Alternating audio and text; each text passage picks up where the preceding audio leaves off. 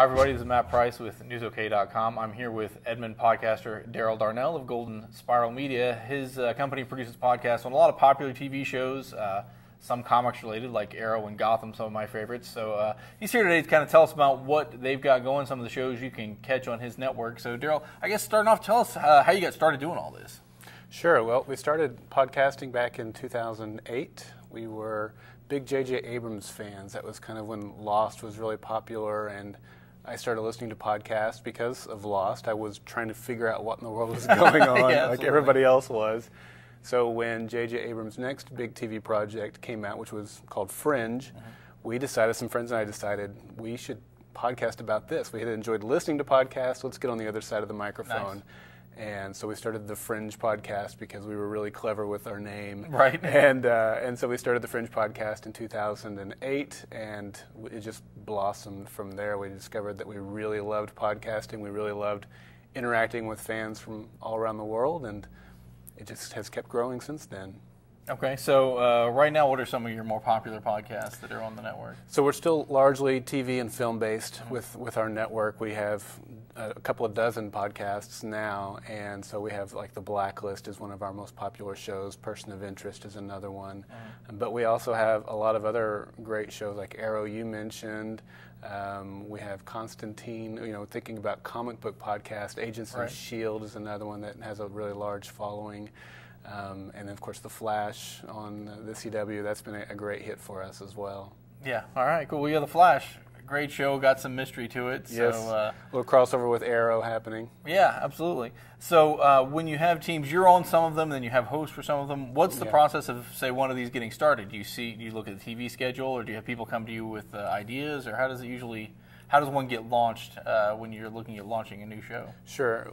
It happens in both of those ways. In some cases, I go out and I find hosts that I know are really passionate about this particular topic or comic book, and in a lot of the cases that's what we do, because you need to have a comic background to really be able to communicate effectively with what's going on with the show and kind of bridge the gap for those who are watching the show but don't have the comic background.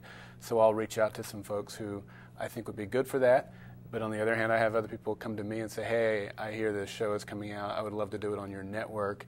And so we'll start the conversation and kind of let it go from there. But we have folks from all around the country, all around the world who host for us, who have background with that show and make a lot of sense or bring a passion to that, so they can articulate what's happening on the show and really communicate that with the listeners.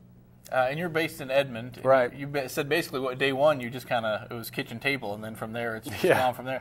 Yeah. So maybe I guess take people through kind of like how it goes from being a guy who just decided they liked a show to being a guy who's got a big network that's got international reach. Sure. It's been a slow growth and over time, and then it just kind of exploded in 2014. So we started literally, we'd come together every week around my kitchen table, set up mixers and mics and all of that stuff, and then tear it down.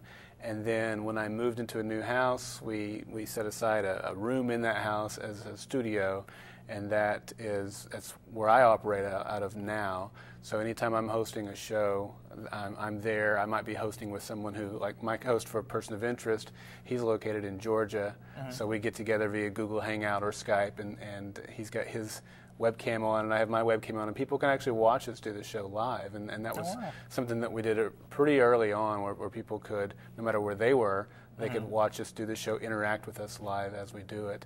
And so that's kind of how the personal studio has grown, is just over time we grab a new knick-knack, a new gadget, and we add it into the mix and see what we can do with it to help improve what we do and also engage the audience in a better way.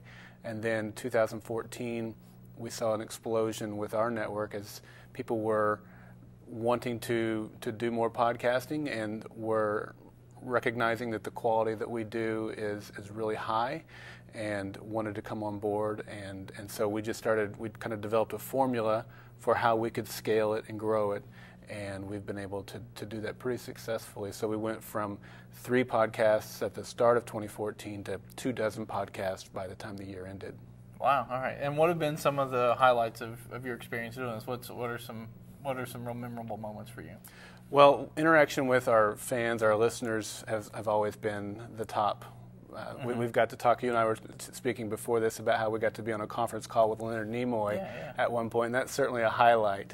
But when I think about the things I've enjoyed the most, it's always interacting with other fans and listeners. We started with Fringe, as I mentioned, the Fringe podcast, and when that show ended, we sent out an invitation for people to come here to Oklahoma City and watch the finale with us. We rented a room over at the Cox Convention Center, and we had people from all over the country come in and watch the final episode with us. We made a whole weekend out of it. Very nice. And that's probably the highlight still. We were in Hawaii last year for the 10th anniversary of when Lost started. Nice. You know, we're not even talking about when Lost ended. That's how rabid those fans are. Now, we didn't do a Lost podcast at the time, but we were Lost fans. But we had a big meetup there with Golden Spiral Media listeners as well. So anytime we get together and put faces to names and interact with each other, with all of our other listeners, that's always the highlight for me. Awesome. Well, tell people where they can find you, where all they can subscribe, what are the places to go to kind of keep up with what you've got going on? Sure. Well, the easiest place is goldenspiralmedia.com. Once you go there, there's a podcasts link at the top of the website, and that'll show you all of our podcasts. There are subscribe links right there from that page, so goldenspiralmedia.com is the best place to go. Okay, cool. Well, thanks so much for your time. We look forward to checking out more of your podcasts in the coming seasons as well, and thanks for stopping by the studio. Thanks for having me.